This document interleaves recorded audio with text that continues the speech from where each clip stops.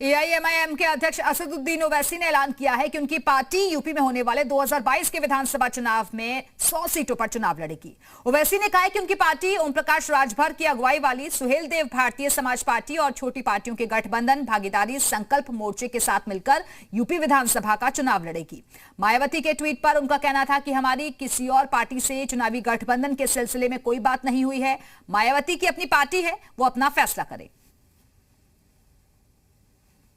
हमारा तो अभी तक हम तो राजभर साहब के साथ हैं भागीदारी संकल्प मोर्चा के तहत, और हमारे पार्टी के यूपी के प्रेसिडेंट ने इस बात का ऐलान भी किया कि हम एमआईएम पार्टी आने वाले 2022 के असम्बली चुनाव में हम 100 असम्बली सीट पर इंतखाबात में हिस्सा लेंगे। हमने लोगों से एप्लीकेशन लेना भी शुरू कर दिया। शौकत साहब गांव-गांव ज़िले कॉन्स्टिट्यूंसी फिर रहे हैं। कांग्रेस के यूपी अध्यक्ष अजय कुमार लल्लू ने सपा अध्यक्ष अखिलेश यादव पर हमला बोला। लल्लू ने कहा कि अखिलेश यादव कहते हैं कि हम प्रदेश में मुख्यमंत्री बनने जा रहे हैं। सपा 48 विधायकों वाली पार्टी है, जबकि कांग्रेस के सिर्फ 5 विधायक हैं। फिर भी सदन में सत्ता की आंख में आंख डालकर सवाल कांग्रेस के विधायक ही पूछते हैं। सड़क पर लड़ने की बात आती है तो प्रियंका गांधी दलित की बेटी के लिए लाठी खाती हैं।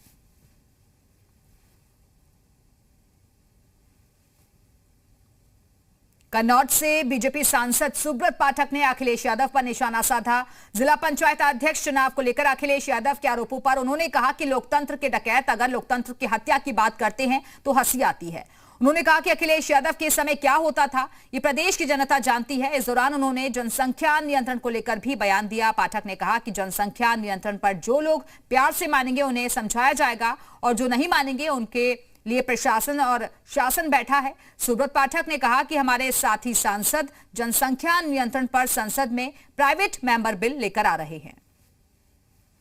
तेजी से प्राकृतिक संसाधनों को भी सोखते चले जा रहे हैं, जंगल समाप्त हो रहे हैं, कंक्रीट के जिस प्रकार से निर्माण हो रहा है इससे कहीं ना कहीं पानी का भी समस्या आ रही है, हर चीज़ की। तो ये अब ऑक्सीजन की भी समस्या देखिए, बड़ी तादाद में पेड़ कट रहे हैं। ये सब जनसंख्या के कारण से है। तो अगर जनसंख्या बढ़ती जाएगी तो एक दिन जनसंख्या विस्फोट में कोई बचने वाला नहीं है। तो इसलिए बहुत महत्वपूर्ण है इसको पहले से ही इसको नियंत्रण किया जाए। अब जो प्यार से मानेंगे उनको प्यार से समझाया जाएगा, जो नहीं मानेंगे उसके लिए तो शासन प्रशासन बैठा ही हुआ है। मुजफ्फरनगर से लव जिहाद और धर्मांतरण का मामला सामने आया है और पीड़िता का आरोप है कि उस्मान नाम के शख्स ने पहले उसे प्रेम जाल में फंसाया और फिर धोखे से धर्म परिवर्तन कर शादी कर ली। इस दौरान आरोपी ने लाखों रुपए भी वसूले और इतना ही नहीं, उस्मान ने हिंदू लड़की का फर्जी पहचान पत्र बनाकर निकाहनामा साइन करवा लिया। वहीं इस मामले में पुलिस का कहना है कि पीड़िता की शिकायत पर मुकदमा दर्ज कर आरोपी को जेल भेज दिया गया है।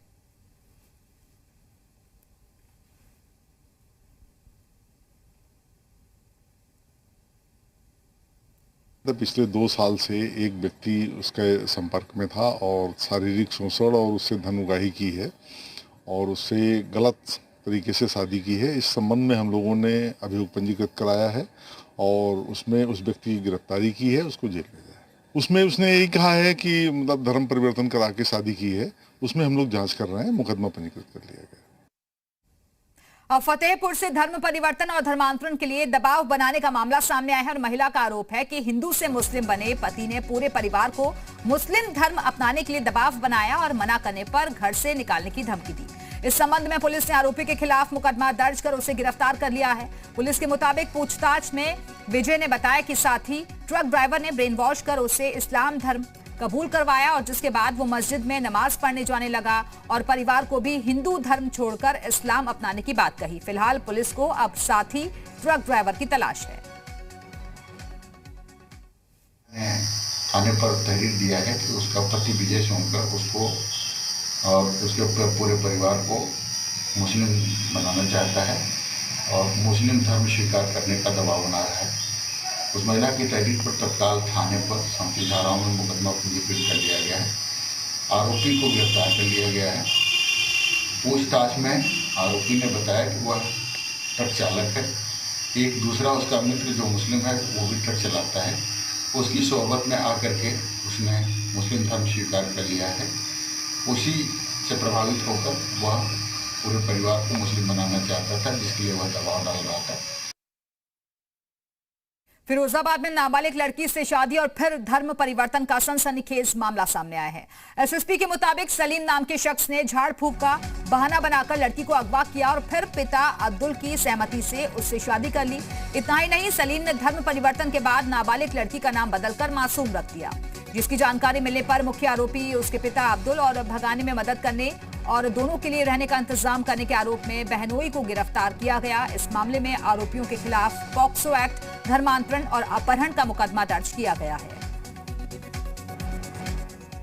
इस लड़की का नाम था ज्योति, इन्होंने उसका नाम रख दिया मासूम, उससे कर लिया निकाह। अब उसकी उम्र है 15 वर्ष, ये संभव नहीं है, तो उसका पॉक्सो एक्ट लगाया गया और धर्म परिवर्तन की धारा भी लगाई गई, अपहरण की धारा लगाई गई। इनको गिरफ्तार किया गया, इनको जेल भेजने का कार्रवाई कर।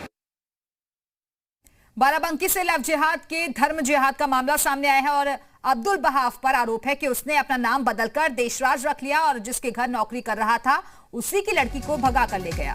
परिजनों का आरोप है कि बहाफ ने धर्मांतरण की कोशिश की और मना करने पर धमकी देने लगा। वहीं जब इस मामले की जानकारी हिंदूवादी संगठन को लगी तो उन्होंने परिजनों के साथ कुर्सी थाने में आरोपी के खिलाफ मामला दर्ज करवा दिया। फिलहाल पुलिस इस केस में हर एंगल से जांच कर रही है।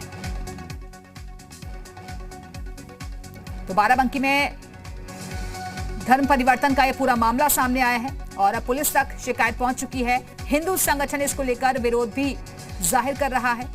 पुलिस ने केस दर्ज कर लिया है और मामले की जांच चल रही है।